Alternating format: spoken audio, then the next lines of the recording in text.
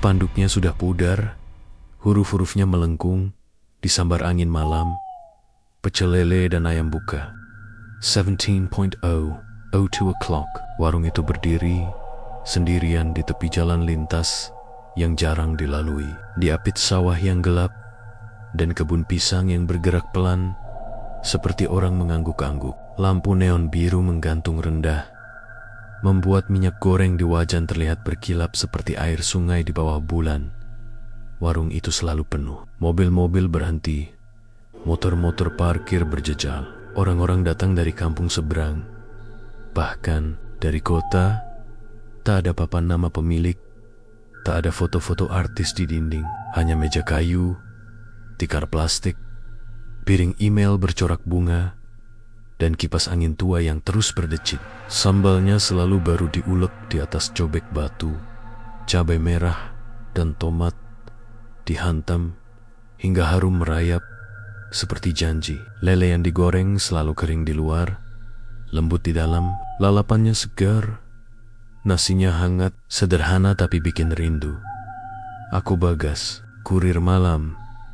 Rute kerjaku sering melalui jalan ini. Di awal-awal, aku hanya singgah seminggu sekali, lalu 2 kali. Lama-lama entah kenapa aku ingin mampir setiap malam. Ada semacam rasa lapar yang bukan cuma di perut. Rasa yang menyaru jadi alasan.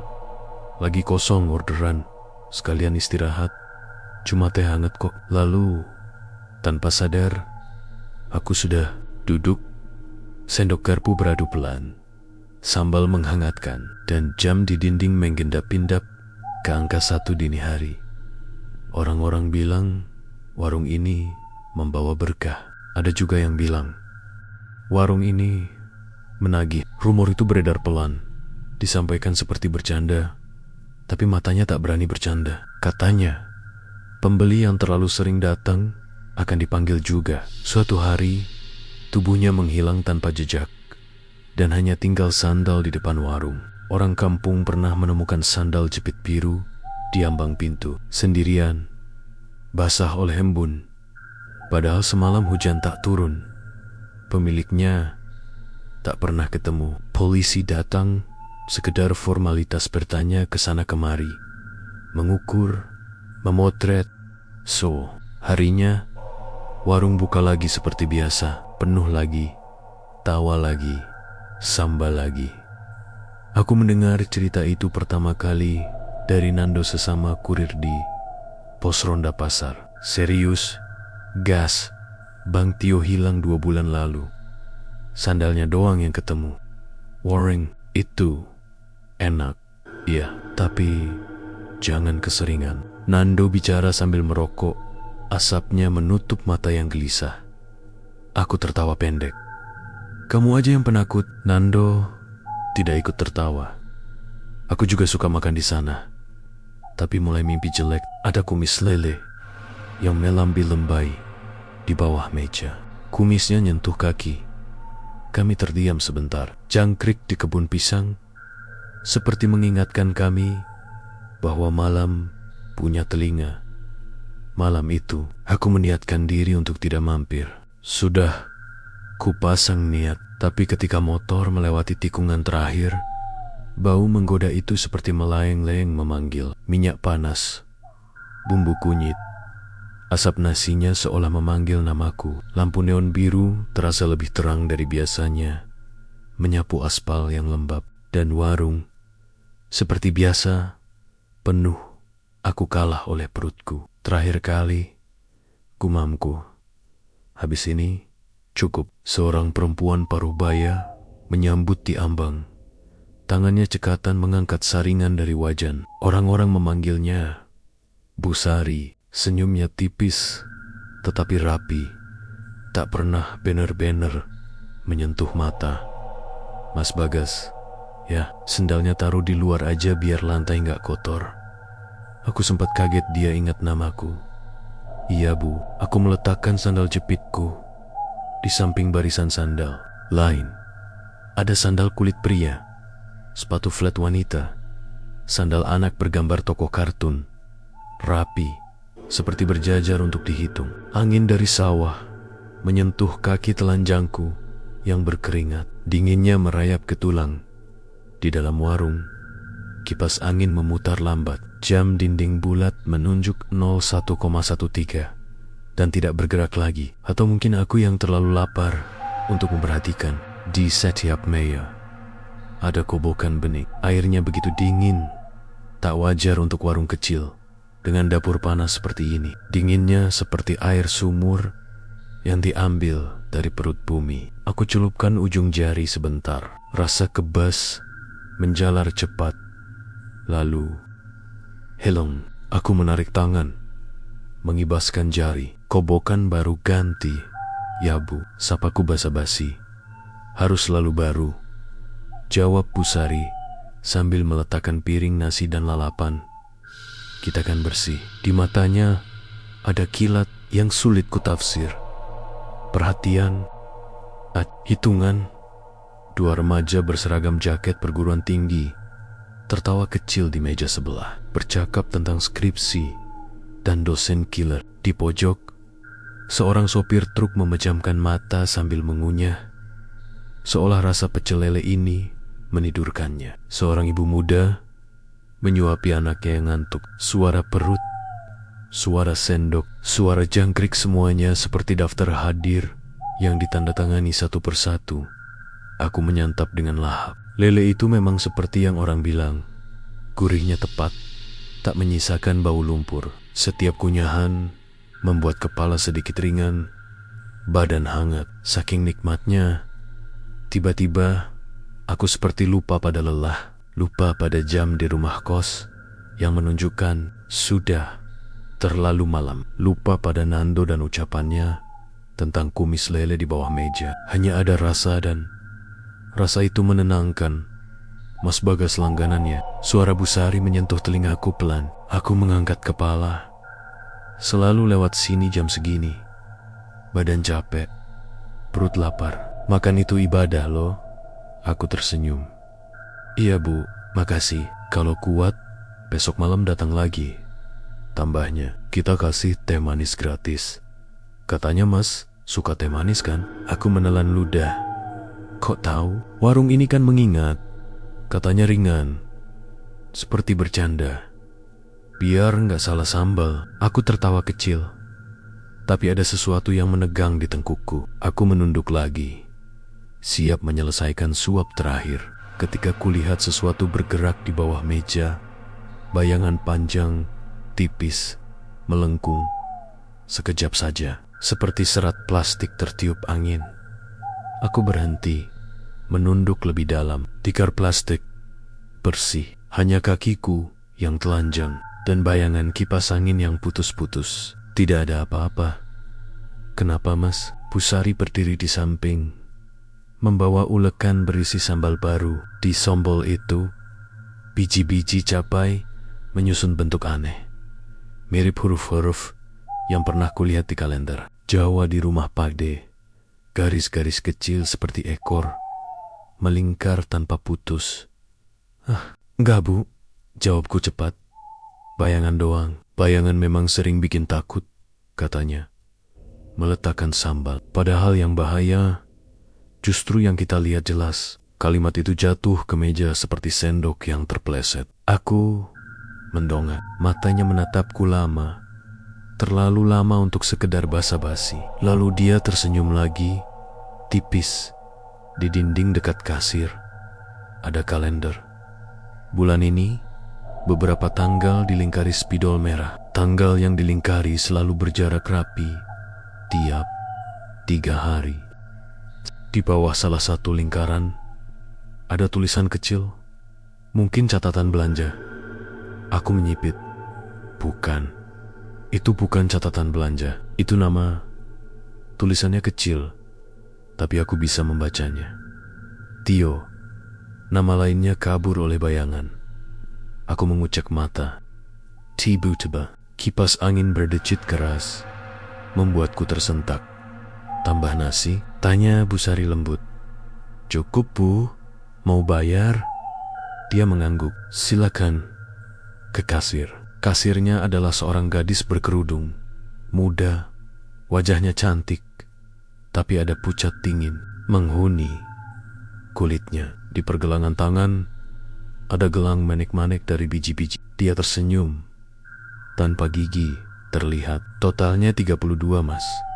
Aku mengeluarkan uang. Tanganku sedikit gemetar tanpa sebab. Di loci kasir, aku melihat lembar-lembar bon kecil dengan stempel berbentuk sirip lele. Di pojok bon ada tulisan tangan langganan. Nama-nama tertulis di sana. Bayu, Kinasih, Tio, dan Bagas Tangle-Tangle mengikuti rapi berurutan. Aku berhenti bernapas. Ini kapan ditulis? Tanyaku sambil menunjuk bon yang menonjol. Si gadis hanya mengedip pelan. Kita mencatat yang kembali. Yang kembali. Yang kembali makan. Dia meluruskan dengan cepat, biar tahu siapa yang harus disapa. Aku tertawa hambar. Oh, ya. Di balik tirai dapur terdengar suara seseorang berbisik. Suara tua, perempuan, mungkin ibu dari Busari, membaca sesuatu pelan, seperti doa, seperti mantra. Kata-katanya menggulung, meniru bunyi gula pasir yang dituangkan. Aku berusaha menepis rasa tidak enak. Sebelum aku beranjak, mataku kembali menoleh ke kalender. Tanggal dengan lingkaran merah berikutnya jatuh tepat 3 hari dari malam ini. Di bawahnya ada ruang kosong yang menunggu tulisan kecil berikutnya. Pulpen terselip di pinggir kalender. Siap. Entah kenapa, aku merasa ruang kosong itu sedang memanggil namaku. Aku menghela napas panjang, berniat menganggap ini semua kebetulan. Makasih, Bu. Tehnya enak, besok mampir lagi. Ya, sahut Busari. Kalau malam-malam begini, jalanan dingin, jangan lupa tinggalin sandal di luar.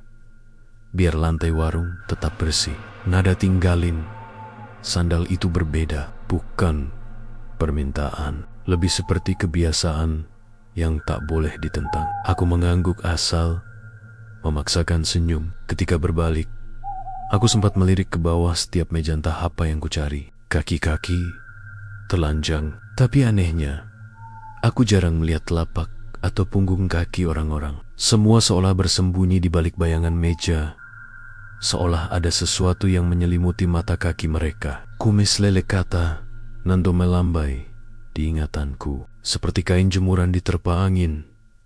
Aku melangkah ke ambang, siap mengenakan sandalku dan pergi. Di luar, angin sawah menusuk. Deretan sandal tampak rapi seperti barisan murid upacara. Lampu neon biru memantul di karet yang usang. Aku menunduk mencari sandal jepitku yang berwarna hitam, garis putih tipis di sisi. Aku mencarinya dengan mata yang mulai lelah. Ada sandal yang mirip tapi bukan, terlalu baru.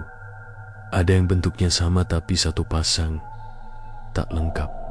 Lalu aku melihat sepasang sandal hitam dengan garis putih tipis, terlalu mirip punyaku. Di salah satu sisi ada bekas luka bakar kecil akibat knalpot bekas yang hanya dimiliki sandalku. Tapi sandalku sedang kupakai. Kaki telanjangku merasakan dingin. Tanah aku langsung menunduk panik. Benar, aku berkaki telanjang. Kapan aku melepas sandal? Kapan aku menoleh cepat ke dalam warung? Orang-orang tetap makan, tetap tertawa kecil. Suapan tetap berjalan. Busari memandangku. Senyum tipisnya patah di ujung bibir. Kipas angin berdecit lebih keras. Lalu tiba-tiba berhenti. Jam dinding masih di 01,13. Semua seperti membekukan. Aku mengulurkan tangan pada sandal kedua. Itu sandalku, tapi bukan dalam ingatanku, dan menyentuh permukaannya. Dingin, basah, seperti baru dicuci. Aku ingin tertawa karena panik. Ada yang ngerjain aku ya, kataku sendirian. Hambar. Mas Bagas, suara Busari memanggil dari belakangku. Tak terlalu keras, tapi menembus punggung. Kalau sering kembali, yang pulang Biasanya sendalnya dulu. Aku menegang. Maksud Bu, tinggal ditandai. Biar gampang, katanya seraya menatap barisan alas kaki itu. Biar warung ini gak salah mengingat. Aku mundur 1 langkah, lalu 1 langkah lagi. Dari pojok mataku, aku melihat sesuatu bergerak di bawah tirai dapur. Bayangan panjang tipis melengkung-lengkung. Banyak, saling menyilang seperti akar-akar air. Sejenak aku berani mengakui pada diriku sendiri. Bentuk itu seperti kumis lele yang kebesaran, yang tumbuh bukan dari mulut ikan, melainkan dari kegelapan. Bu, saya pulang dulu. Suaraku serak. Pulanglah. Senyumnya tetap tipis. Tapi, kalau lapar, kembali lagi. Warung ini selalu ingat jalannya orang yang pernah kenyang. Aku memungut sandal kedua itu tanpa sadar.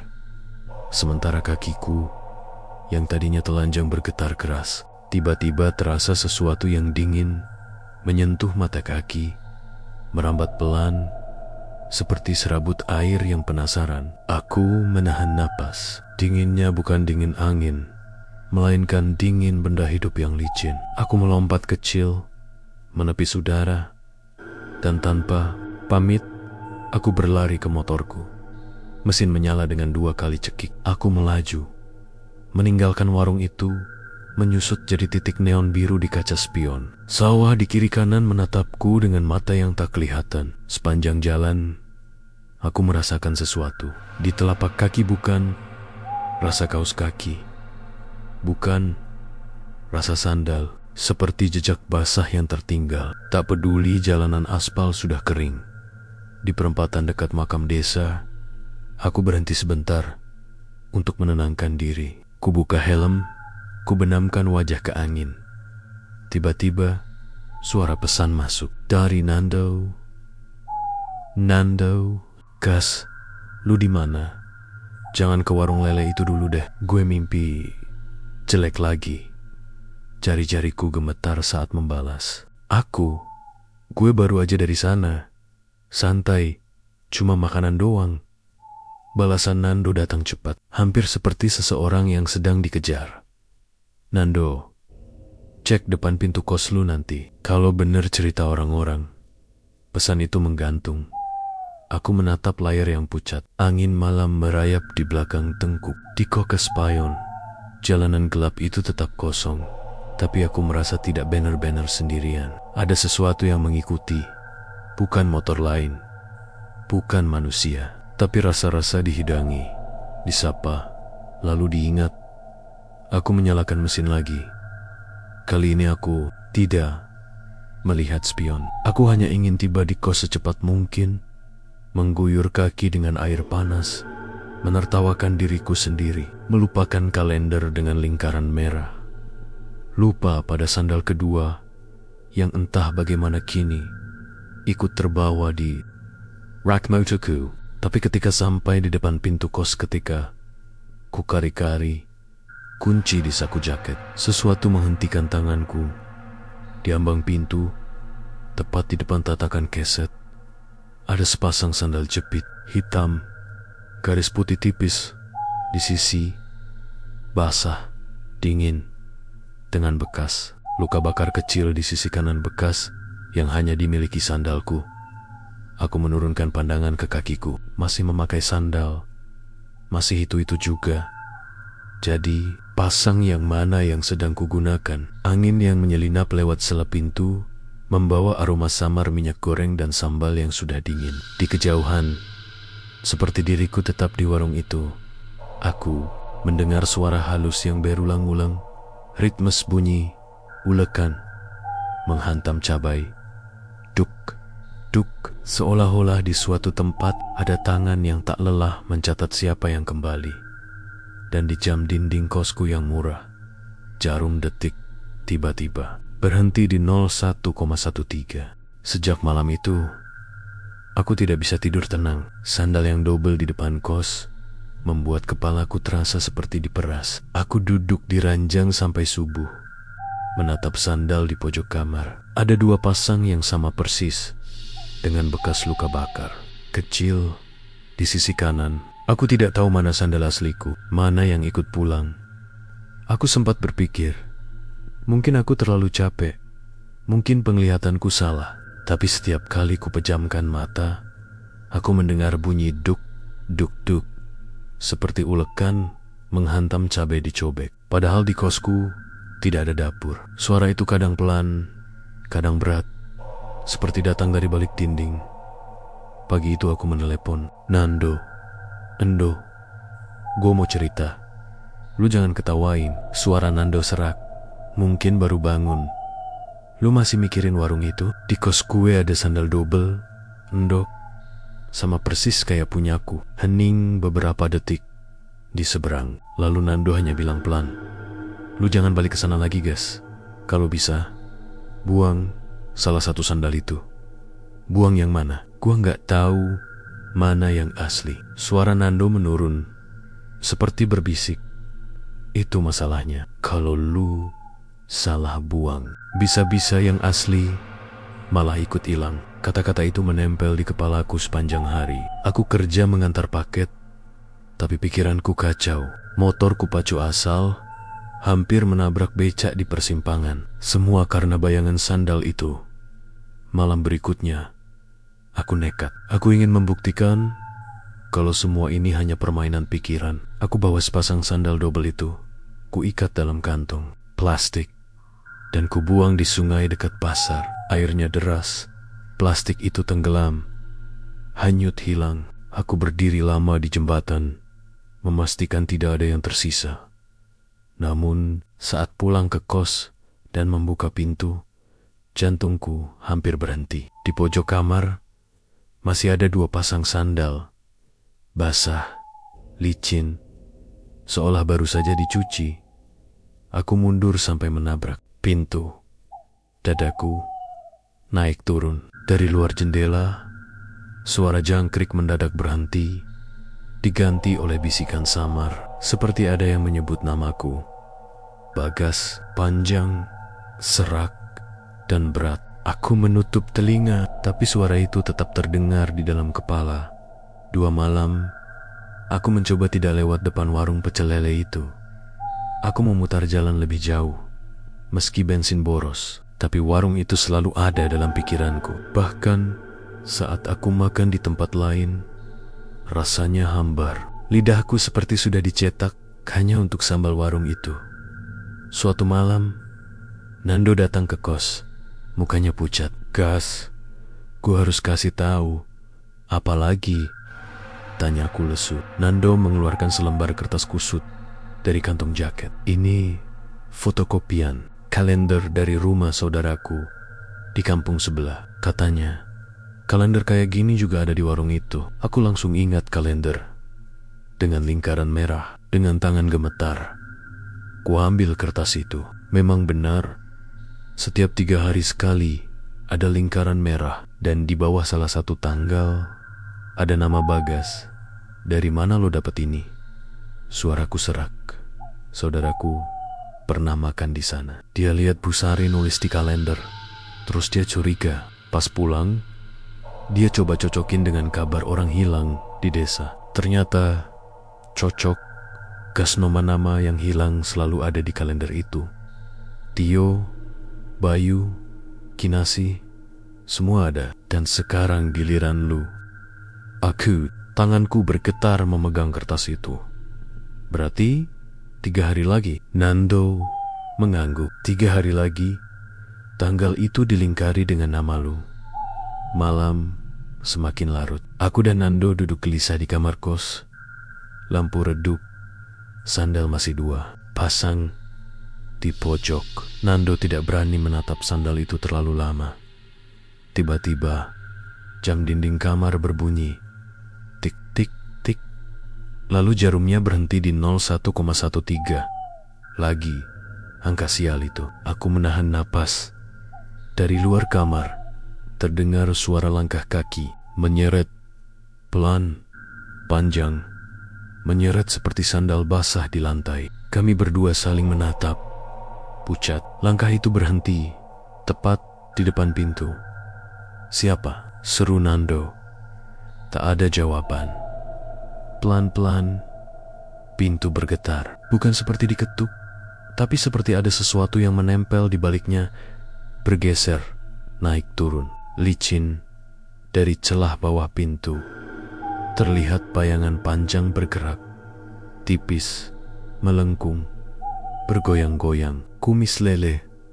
Aku dan Nando menahan napas. Bau sambal goreng tiba-tiba merayap ke kamar, padahal dapur kos jauh di belakang. Bau itu begitu nyata, pedas, menyengat, membuat mata panas. Lalu terdengar suara perempuan dari balik pintu. Lirih namun jelas. "Mas Bagas, jangan lupa besok kembali." Warung selalu ingat yang pernah kenyang. Aku terjerembab ke lantai. Tubuhku gemetar. Nando langsung menutup mulutku. Takut aku berteriak, tapi suara itu masih terdengar. Makin jelas, seolah tepat di telinga. "Kalau kau tidak kembali, yang datang menjemputmu lebih cepat." Dan dari pojok kamar, 2 pasang sandal itu pas lagi. Airnya menetes, membentuk jejak ke arah pintu. Jejak basah, licin, seolah ada kaki tak terlihat yang sedang berdiri di atasnya. Jam masih terhenti di 01,13. Suara duk, duk, duk kembali terdengar. Ritmis, seperti ulekan menghantam cabai. Kali ini lebih keras, seolah bunyinya datang dari bawah. Ranjang, aku menutup mata, berharap ini mimpi. Tapi dinginnya lantai, bau sambal yang menusuk, dan suara berbisik itu membuatku sadar warung itu tidak sekadar tempat makan. Warung itu sedang menghitung mundur hidupku. Keesokan paginya, Nando bersikeras aku harus mencari tahu apa yang sebenarnya terjadi. Kalau enggak, lu bakal ditandai. Dan kalau udah ditandai, nggak ada yang bisa kabur. Aku hanya bisa menatap sandal basah di pojok kamar. 2 pasang, sama persis. Entah kenapa, aku merasa malam ketiga nanti aku harus datang lagi. Book on talk. Tapi untuk tahu apa yang sebenarnya dicatat di kalender merah itu. Hari itu aku merasa waktu berjalan terlalu cepat. 3 hari terasa hanya 3 tarikan napas. Jam kerjaku diisi dengan kecemasan. Setiap kali motor melaju melewati jalan sunyi, aku merasa ada sesuatu yang mengikutiku dari belakang. Kedang di spion, terlihat kilatan biru, seperti pantulan neon warung itu. Padahal aku sudah jauh dari sana. Di kamar kos, sandal itu masih 2 pasang. Basahnya tidak pernah kering. Air menetes tiap malam, membuat lantai becek seperti habis dipel. Aku sempat menaruhnya di luar kamar, tapi keesokan harinya, sandal itu kembali lagi ke dalam reipi di pojok, berjejer seolah punya kaki sendiri. Nando menemaniku malam itu. Wajahnya tegang, gas. "Malam ini tanggalnya, lu gak bisa lari. Lu ngumpet. Justru yang jemput lu datang ke sini. Mending kita hadapi langsung." Aku hanya mengangguk. Leherku kaku, bibirku kering. Kami berangkat menjelang tengah malam. Jalan menuju warung terasa lebih sunyi dari biasanya. Angin dari sawah menusuk, membawa aroma lumpur yang anyir. Lampu jalan padam satu persatu, seolah memandu kami ke satu tujuan saja. Warung itu, dari jauh, aku sudah melihat neon biru menggantung. Tidak terlalu terang, tapi cukup untuk membuat bulu kuduk berdiri. Warungnya ramai, seperti biasa. Orang-orang makan sambil tertawa kecil. Padahal, waktu hampir jam 1, aku dan Nando turun dari motor. Seperti biasa, di depan warung sudah berjejer sandal dan sepatu. Aku menunduk, mencari tempat untuk menaruh sandalku. Tapi nafasku tercekat. Di barisan itu, ada 3 pasang sandal hitam dengan garis putih tipis, sama persis dengan punyaku. "Astagfirullah," bisik Nando. "Mereka udah nungguin lo." Aku ingin mundur, tapi Bu Sari sudah muncul di ambang pintu. Senyumnya tipis, matanya berkilat. "Mas Bagas sudah datang." Warung selalu menepati ingatannya. Tanganku dingin. Nando menepuk bahuku, memberi kode untuk tetap masuk. Dengan langkah gemetar, aku letakkan sandalku atau mungkin salah satunya di samping barisan. Entah kenapa, rasanya aku baru saja menandatangani sesuatu di dalam. Suasana seperti biasa. Meja-meja penuh, suara sendok beradu, sambal ditumbuk dicobek. Tapi jika diperhatikan baik-baik, ada yang tidak wajar. Wajah-wajah pembeli itu pucat, matanya kosong. Mereka makan dengan gerakan lambat, seolah tidak benar-benar lapar. Bahkan ada seorang bapak yang mengunyah tanpa makanan, mulutnya kosong, tapi gerakan rahangnya tetap seperti sedang mengunyah. Aku dan Nando duduk di pojok. Seorang gadis kasir berkerudung menghampiri, membawa kobokan. Airnya baru, katanya, lembut. Tapi ketika kuintip ke dalam, air itu tidak jernih. Ada kilatan tipis, seperti kumis ikan yang bergerak pelan di permukaannya. Gue gak mau nyentuh, gumamku. Nando menunduk.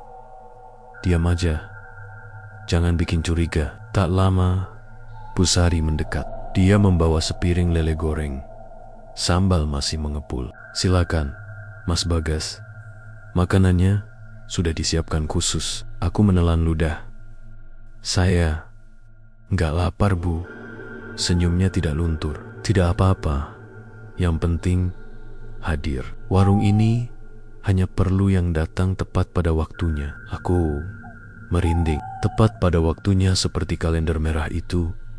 Di dinding, mataku menangkap kalender yang sama. Lingkaran merah besar mengelilingi tanggal malam ini. Di bawahnya, nama Bagas tertulis jelas. Tinta masih baru. Tanganku gemetar. Kenapa nama saya ada di situ? Tanyaku.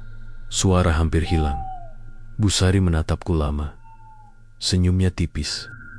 Karena Mas Bagas sudah sering kembali. Warung ini ingat setiap langkah, setiap sandal yang ditinggalkan. Kalau sudah ditulis, artinya giliran Mas Bagas. Tiba-tiba, semua suara di warung berhenti. Tidak ada sendok beradu, tidak ada obrolan. Semua pembeli menoleh ke arahku. Serentak wajah-wajah pucat itu menatap tanpa berkedip. Aku panik. Nando berdiri, mencoba menarik tanganku. Gas, kita kabur. Sekarang, kami berlari ke pintu. Tapi saat kuambil sandal untuk dipakai, kakiku terpaku. Ada 5 pasang sandal hitam garis putih tipis di depan pintu. Semua basah. Semua menunggu. Aku tak bisa membedakan mana punyaku. Gas, cepet, teriak Nando. Aku asal menyambar sepasang, tapi ketika ku pakai, dingin menjalar ke tubuhku. Seolah ada cairan licin merayap dari telapak kaki naik ke betis. Aku menjerit, berusaha melepas sandal itu. Tapi sandal menempel erat seperti kulit kedua. Dari dalam warung terdengar suara-suara berbisik, banyak, bertumpuk. Dia sudah memilih, dia sudah memilih. Tirai dapur bergoyang. Dari baliknya muncul bayangan panjang, melengkung, saling menyilang. Kumis-kumis lele raksasa merayap keluar, basah, berbau amis. Kumis itu mengarah padaku, membelit kaki yang sudah menempel pada sandal.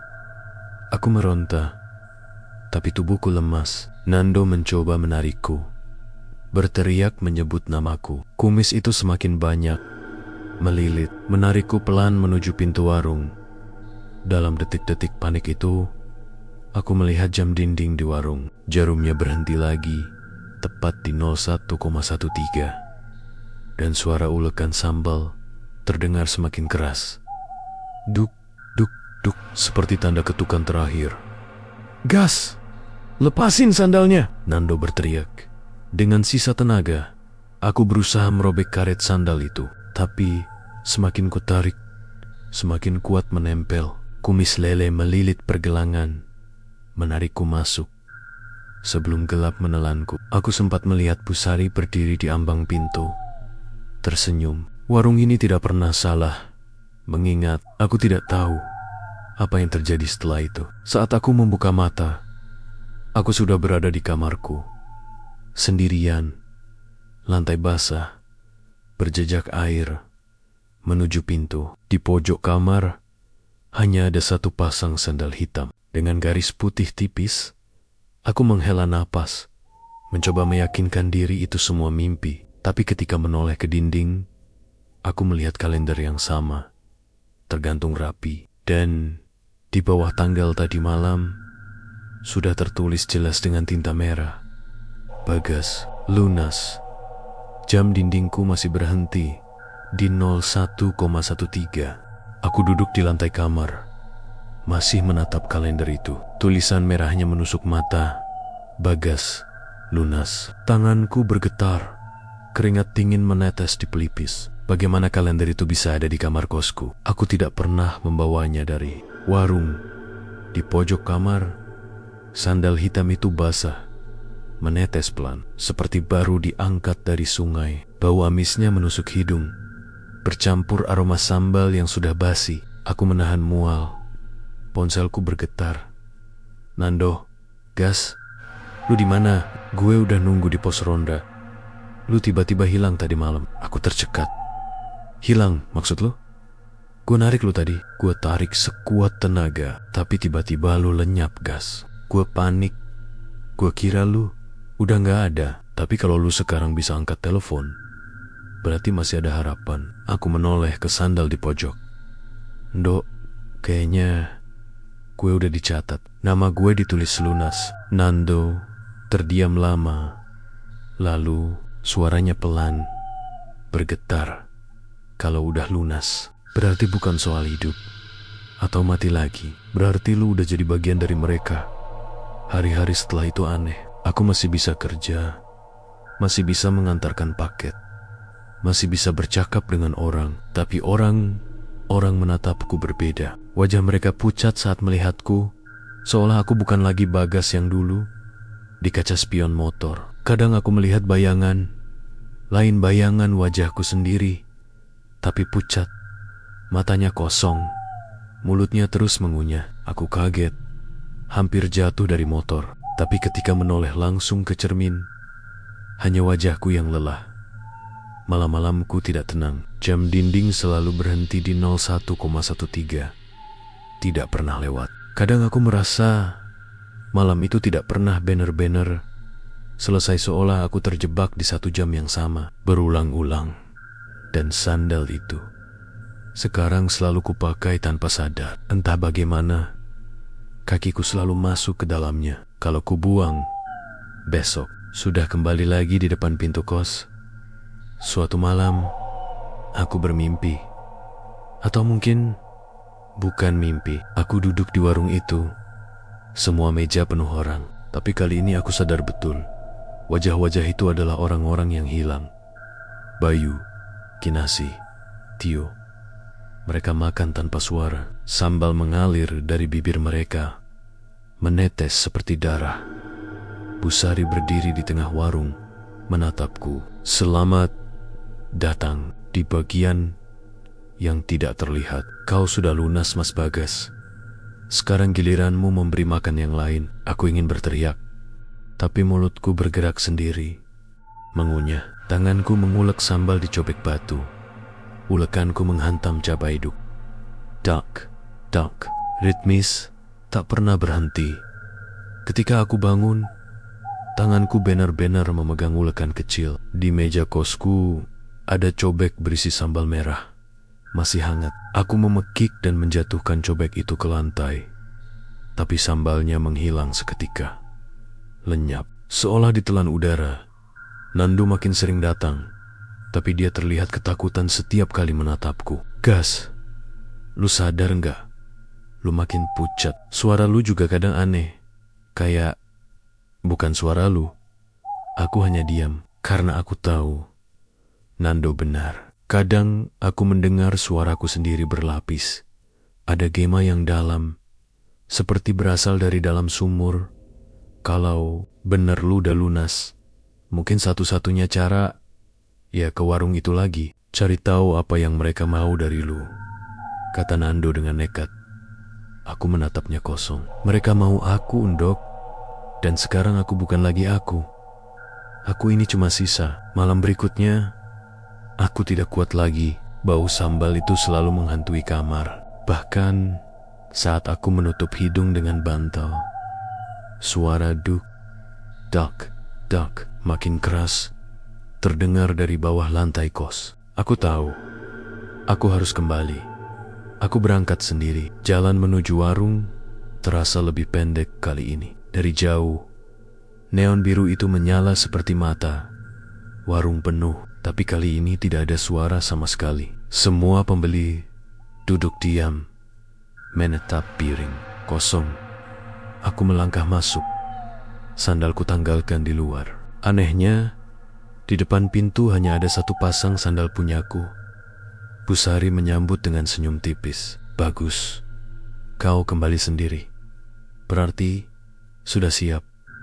Aku duduk tanpa diminta. Di mejaku sudah ada cobek berisi sambal. Ulekan di tanganku. Aku tidak bisa melepaskannya. Tanganku bergerak sendiri, menghantam cabai. Dak, dak, duk. Mulai sekarang, kau bagian dari kami, kata Busari. Kau akan memberi makan mereka yang datang. Warung ini tidak akan pernah sepi. Ingat Bagas, kita hidup bukan untuk makan, tapi untuk ditagih. Semua wajah menoleh padaku. Bye-bye. Mereka bergerak serempak, tanpa suara, hanya membuka dan menutup. Lalu perlahan terdengar bisikan, lunas, lunas, lunas. Aku ingin lari, tapi kakiku sudah bukan kakiku lagi. Kumis-kumis lele hitam menjalar dari bawah meja, membelit betisku, menahan tubuhku agar tetap duduk. Dan di dalam hatiku, sesuatu yang asing mulai tumbuh, rasa lapar yang bukan milikku. Rasa ingin melihat orang lain duduk di sini, meninggalkan sandal, lalu hilang. Aku sadar, aku bukan lagi Bagas. Aku hanyalah satu dari banyak wajah di warung itu, menunggu orang berikutnya. Pagi harinya, Nando datang ke kos. Dia menemukan kamarku kosong. Tidak ada sandal, tidak ada kalender. Hanya ada bau sambal yang pekat memenuhi ruangan. Di pintu tergeletak sepasang sandal hitam garis putih, tipis, basah, dinginnya seperti menyimpan sesuatu yang baru saja diambil. Dan di warung pecel lele itu, malamnya ada nama baru yang ditulis di kalender dengan tinta merah. Nando. Nando tidak bisa tidur. Sejak menemukan kamar Bagas kosong dengan bau sambal menyengat, pikirannya terus dihantui pertanyaan yang sama. Kemana Bagas pergi? Dia mencoba menyangkal. Mungkin Bagas kabur, mungkin pindah kos, mungkin. Tapi setiap kali dia menoleh ke pintu kamarnya sendiri, dia selalu melihat sandal basah itu. Sandal hitam dengan garis putih tipis. Dia tahu persis, itu sandal Bagas.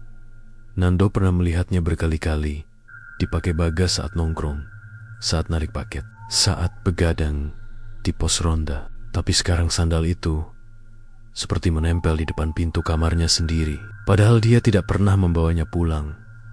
Malam itu, ia bermimpi Bagas duduk di warung pecel lele, matanya kosong, mulutnya penuh sambal yang terus menetes seperti darah. Bagas menatapnya tanpa ekspresi, lalu menggerakkan tangannya yang kaku seperti memberi isyarat agar Nando duduk di sebelahnya. Giliranmu. Ndo. Suara Bagas terdengar serak, berat, bergema. Aku sudah lunas. Sekarang gantian kamu. Nando terbangun dengan napas tersengal.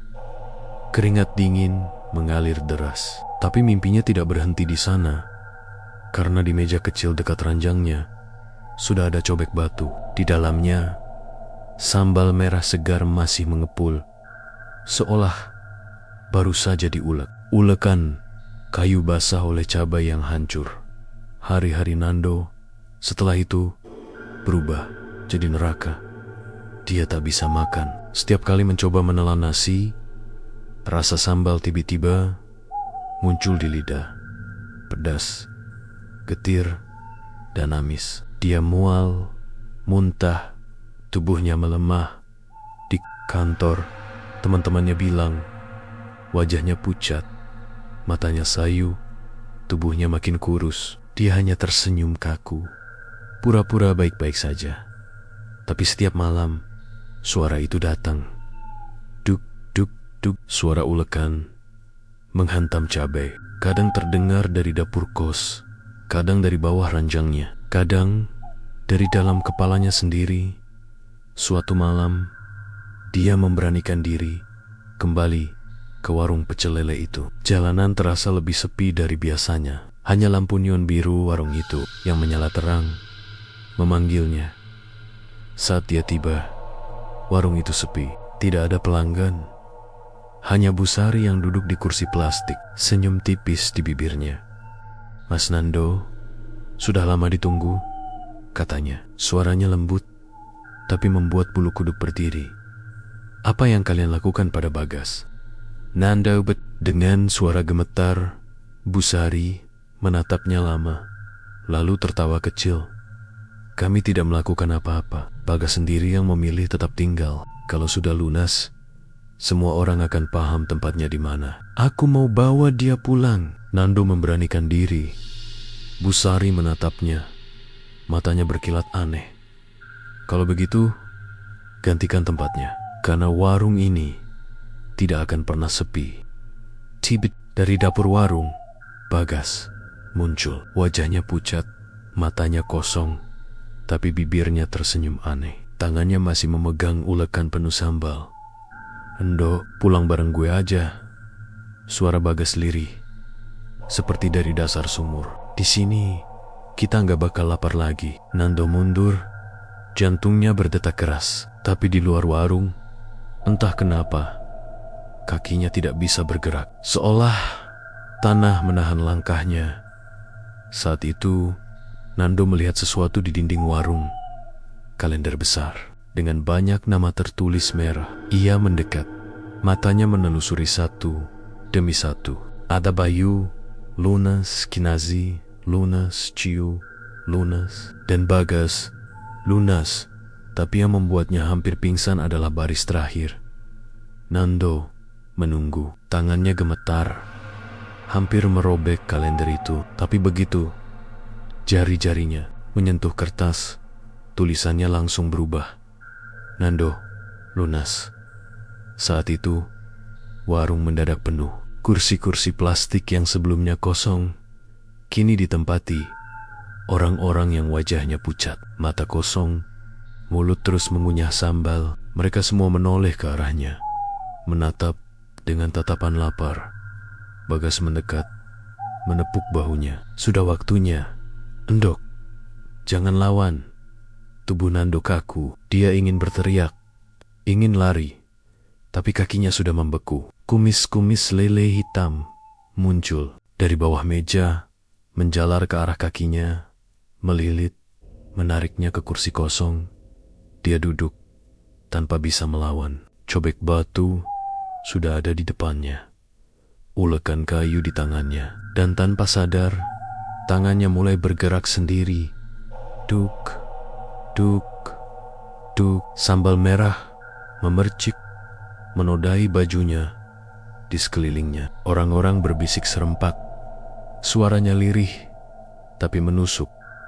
Lunas, lunas, lunas. Dan sejak malam itu, warung pecel lele itu kembali penuh.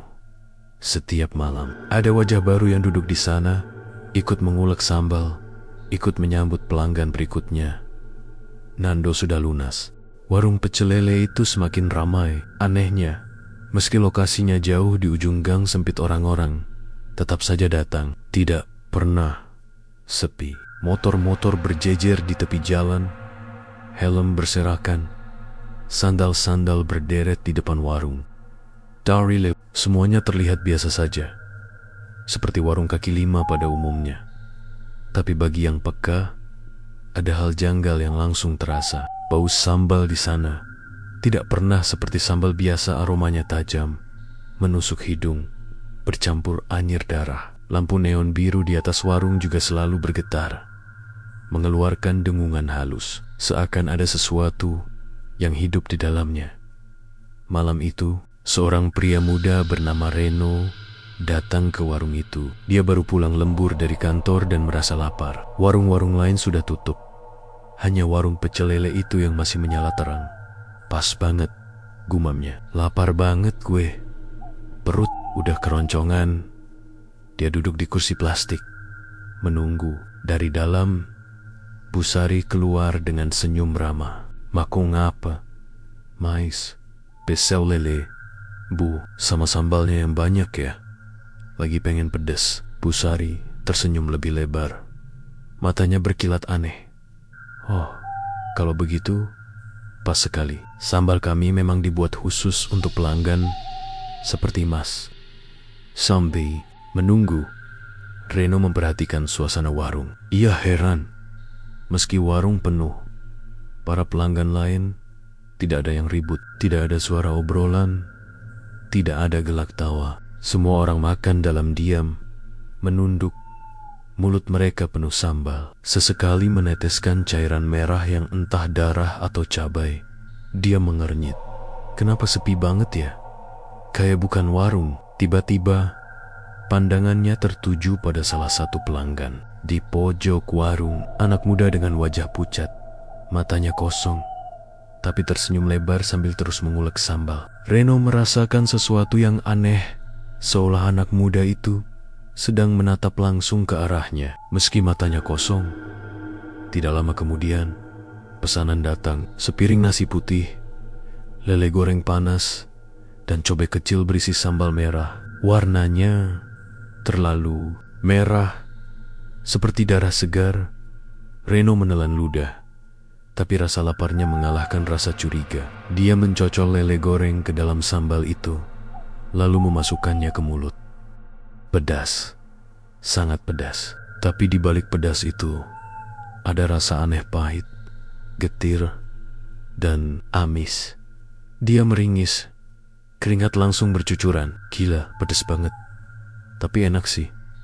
Suapan kedua, ketiga, keempat, entah kenapa, semakin banyak dia makan, semakin sulit untuk berhenti. Sambal itu seperti candu, memaksa lidahnya terus menagih, meski tubuhnya mulai lemas. Di sela-sela makan, Reno mendengar suara aneh. Duk, duk, duk, seperti suara ulekan menghantam cabai. Padahal, dapur warung sudah tutup. Tidak, ada lagi yang mengulek. Dia menoleh ke sekeliling. Para pelanggan masih makan diam-diam. Mulut mereka bergerak perlahan. Suara kunyahan terdengar menyeramkan. Saat itu, pandangannya bertemu lagi dengan anak muda pucat tadi. Kali ini, anak muda itu tersenyum lebar. Bibirnya berlumuran sambal merah. Perlahan, dia mengangkat tangannya dan memberi isyarat. Jari telunjuknya menuding ke arah Reno, lalu menunjuk ke kursi kosong di sebelahnya. Reno tersiket. Apa maksudnya? Tiba-tiba, sesuatu terjadi pada tubuhnya. Reno merasa kakinya berat, susah digerakkan. Tangannya gemetar, sendok hampir terlepas. Perutnya bergejolak, kepalanya pusing. Bu, ini sambalnya. Reno mencoba bicara tapi lidahnya kaku. Bu Sari mendekat, matanya tajam menatap Reno. Nikmati saja, Mas. Sambal kami tidak cocok untuk semua orang. Hanya untuk yang terpilih. Reno terbitak. Dari mulutnya keluar bercak merah. Bukan darah, bukan juga sambal. Campuran keduanya. Dia mencoba berdiri, tapi kursi terasa menahan tubuhnya. Seperti ada yang melilit kakinya dari bawah. Dan saat dia menunduk, Reno melihat sesuatu yang membuat darahnya membeku. Kumis lele hitam, panjang, licin, merayap di lantai, melilit kakinya erat-erat. Lepas, lepasin, Reno berteriak. Tapi suaranya tenggelam oleh bisikan para pelanggan. Mereka semua serempak berbisik lirih. Lunas, lunas, lunas. Anak muda pucat tadi yang ternyata adalah Nando mendekat. Senyumnya tipis, Matanya kosong. Di tangannya ada cobek batu dengan sambal merah segar. Dia meletakkannya tepat di depan Reno. Gantian kamu sekarang. Suara Nando berat, dalam, seakan berasal dari dasar perut. Aku sudah lunas kamu. Gantian. Reno berusaha melawan, tapi tubuhnya makin lemah. Matanya makin berat. Dalam pandangan yang kabur, ia melihat kalender besar di dinding warung. Nama-nama tertera di sana. Sebagian sudah tercoret dengan tulisan merah lunas. Matanya tertumbuk pada baris paling bawah. Reno menunggu. Dan perlahan huruf-huruf itu berubah. Reno lunas. Malam itu, sandal Reno ditemukan di depan warung. Badannya tidak pernah kembali. Warung pecel lele itu tetap ramai, penuh pembeli. Tak ada yang tahu siapa lagi yang akan menunggu berikutnya. Karena sekali duduk di sana, sekali mencicipi sambalnya, cepat atau lambat semua orang akan lunas. Kabar tentang sendal-sendal yang tertinggal di depan warung pecel lele itu makin sering terdengar. Warga mulai bergidik.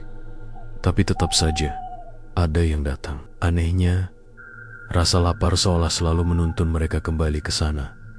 Meski sudah mendengar cerita-cerita seram. Namun, tidak semua orang bisa tinggal diam. Pak Darto, seorang warga tua yang tinggal tak jauh dari warung itu, mulai merasa curiga. Ia sudah kehilangan tetangganya, bahkan keponakannya sendiri, yang terakhir kali terlihat makan di warung tersebut. Suatu malam, ketika hujan rintik turun, Pak Darto memutuskan untuk menyelidiki sendiri. Ia membawa senter, tas kecil berisi air, doa, dan jimat peninggalan kakeknya. Dengan hati-hati ia berjalan ke arah warung yang masih terang benderang. Meski sudah lewat tengah malam. Warung macam apa ini? Kenapa tidak pernah tutup? Gumamnya sambil menahan rasa merinding. Sesampainya di depan warung, ia melihat sandal-sandal berjejer seperti biasa. Tapi kali ini ia mengenali satu pasang sandal Reno, keponakannya. Pak Darto menunduk, menggenggam sandal itu, lalu menarik napas dalam. Benar dugaanku, kamu di sini, nak. Dengan langkah tegas, ia masuk ke dalam warung. Anehnya, warung terlihat kosong. Tidak ada pembeli, tidak ada suara, hanya meja-meja plastik berjejer rapi. Bau sambal yang biasanya menusuk, kini lebih kuat, bercampur amis darah yang pekat. Di dapur terdengar suara duk, duk, duk, seperti ulekan menghantam cabai. Pak Darto berjalan pelan, mendekat dan mengintip dari celah. Matanya langsung melebar. Busari duduk di lantai. Di depannya sebuah cobek batu besar. Tapi yang ia ulek bukan cabai, melainkan potongan daging manusia. Darah segar bercampur dengan cabai merah menghasilkan sambal yang warnanya terlalu pekat. Di sekelilingnya, puluhan sosok hitam menyerupai ikan lele bertubuh manusia merangkak, meneteskan lendir. Kumis-kumis panjang mereka bergerak, sesekali menyentuh cobek, seakan ikut mendoakan. Ya Tuhan, Pak Darto hampir berteriak, tapi ia menutup mulutnya dengan tangan. Saat hendak mundur, tiba-tiba lampu warung berkelip dan suara Busari terdengar, pelan namun tajam. Sudah lama saya menunggu yang seperti Anda, Pak Darto. Pak Darto terperanjat. Busari berdiri perlahan. Matanya merah menyala, wajahnya berubah menyeramkan. Dari balik tubuhnya muncul bayangan lele hitam raksasa dengan mulut menganga. Giginya tajam, kumisnya menjuntai seperti tali. Apa yang kau lakukan dengan semua ini? Teriak Pak Darto dengan suara gemetar. Busari tersenyum. Warung ini hidup dari tumbal. Setiap orang yang makan sambalku, lambat laun jadi milikku. Daging mereka jadi bumbu, darah mereka jadi sambal. Itulah sebabnya warung ini tidak pernah sepi. Mereka yang makan akan kembali sampai waktunya tiba untuk lunas. Pak Darto mengangkat botol kecil berisi air doa. Tidak bisa, aku tidak akan biarkan kau merenggut korban lagi. Air doa ke arah Busari. Seketika, sosok bayangan lele hitam itu mengerang keras. Tubuhnya seperti terbakar. Para makhluk lele yang merangkak di lantai juga menjerit. Tubuh mereka meleleh seperti lilin. Busari berteriak marah. Suaranya menggelegar. Kau kira bisa menghentikanku? Orang tua, ini warungku, ini kerajaan sambalku. Semua orang yang pernah makan di sini sudah menjadi milikku. Tiba-tiba, kursi-kursi plastik terbalik sendiri. Meja-meja bergetar, kobik-kobik batu di dapur retak dan mengeluarkan darah. Dari dinding, tangan-tangan hitam bermunculan, meraih ke arah Pak Darto. Pak Darto terus melawan. Ia menggenggam jimat kakeknya, membacakan doa dengan lantang. Suara itu membuat ruangan berguncang. Sosok Busari menjerit. Wajahnya berubah. Dari perempuan tua menjadi bayangan ikan lele raksasa yang penuh lendir. Tidak, jangan. Warung ini hidup dari darah, dari janji yang sudah kuikat. Dengan sisa tenaga, Pak Darto mengangkat jimat itu dan menempelkannya ke cobek besar berisi sambal darah. Cobek itu retak, pecah, dan meledak dengan suara menggelegar. Seketika, seluruh warung bergetar hebat. Cahaya menyilaukan memenuhi ruangan. Sosok-sosok hitam menghilang satu persatu, menjerit sebelum lenyap. Busari menatap Pak Darto dengan mata merah yang kini penuh kebencian. Kau pikir ini berakhir? Orang tua bodoh, bisiknya. Sambal tidak pernah benar-benar mati. Akan selalu ada yang mencarinya. Akan selalu ada yang datang. Warung akan kembali. Lalu tubuhnya hancur menjadi abu hitam, beterbangan, dan warung itu runtuh seketika. Pak Darto berhasil keluar sebelum bangunan reot itu ambruk. Nafasnya tersengal, tubuhnya lelah, tapi ia merasa lega. Namun ketika ia menoleh ke tanah di depannya, ia melihat sesuatu yang membuat darahnya membeku lagi. Di antara puing-puing warung, tergeletak sebuah cobek batu kecil, masih utuh. Di dalamnya ada sambal merah segar, seolah baru saja diulek. Dan dari dalam sambal itu, terdengar bisikan lirih. Lunas, lunas, lunas. Sejak malam itu, warung pecel lele itu lenyap. Hanya tinggal tanah kosong dengan rumput. Laya, tapi orang-orang bersumpah. Ketika tengah malam lewat dan rasa lapar datang, mereka masih bisa mencium aroma sambal dari kejauhan. Dan siapapun yang mendekat terlalu dekat, tidak pernah kembali lagi.